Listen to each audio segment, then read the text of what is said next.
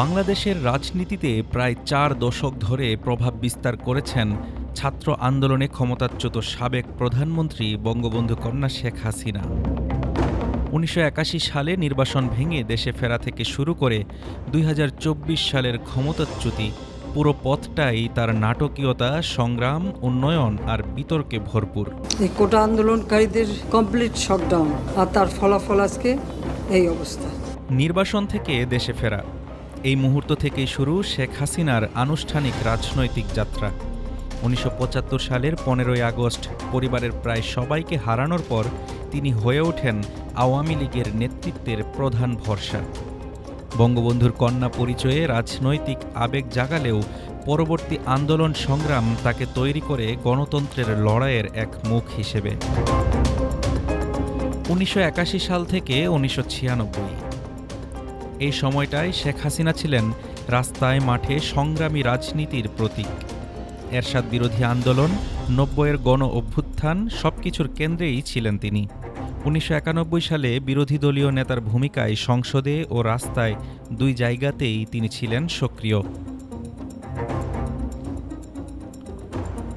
১৯৯৬ সালে প্রথমবারের মতো প্রধানমন্ত্রী হয়ে তিনি আনেন শান্তি চুক্তি, গঙ্গা পানি চুক্তির মতো বড় রাজনৈতিক মাইলফলক।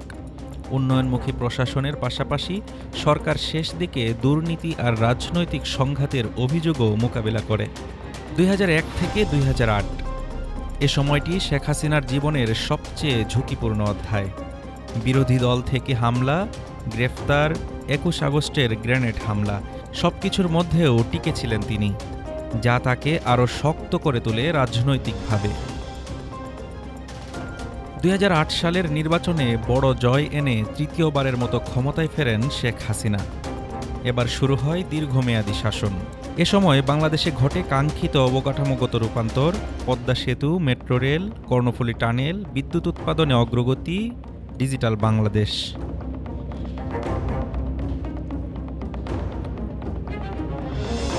তবে একই সময়ে বাড়ে আরেক বিতর্ক।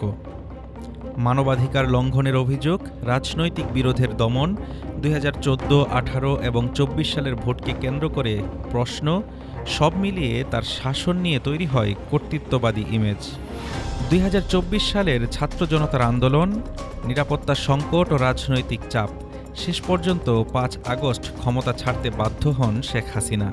এর মধ্য দিয়ে তার ৪ দশকের রাজনৈতিক অধ্যায়ের সমাপ্তি ঘটে।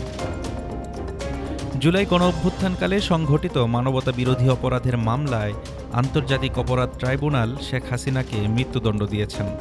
We have decided to inflict her with only one sentence, that is sentence of death. দেশের বাইরে অবস্থান করায় আইনগতভাবে তিনি আর আপিলের সুযোগ পাবেন না।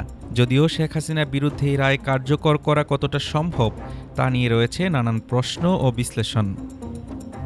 তবে রায় কার্যকর হোক বা না হোক, এই রায়কে নিয়ে ইতিমধ্যেই শুরু হয়েছে নানান বিতর্ক। কেউ একে বলছেন ঐতিহাসিক, আবার কেউ বলছেন রাজনৈতিক উদ্দেশ্য প্রণোদিত। তবে এ রায় বাংলাদেশের রাজনৈতিক ইতিহাসে এক নজিরবিহীন রায় হয়ে দাঁড়িয়েছে, যেখানে একটি নেতা যার জীবনটা ছিল সংগ্রাম, উন্নয়ন আর বিতর্কে ভরা, শেষমেশ তিনি দাঁড়ালেন মৃত্যুদণ্ডের ছায়ায়। ব্যক্তিগত ট্র্যাজেডি, আন্দোলন সংগ্রাম, উন্নয়ন, রাষ্ট্রনেতৃত্ব এবং শেষমেশ মৃত্যুদণ্ড, এই দীর্ঘ যাত্রায় শেখ হাসিনা হয়ে ওঠেন বাংলাদেশের সমকালীন রাজনীতির কেন্দ্রীয় চরিত্র।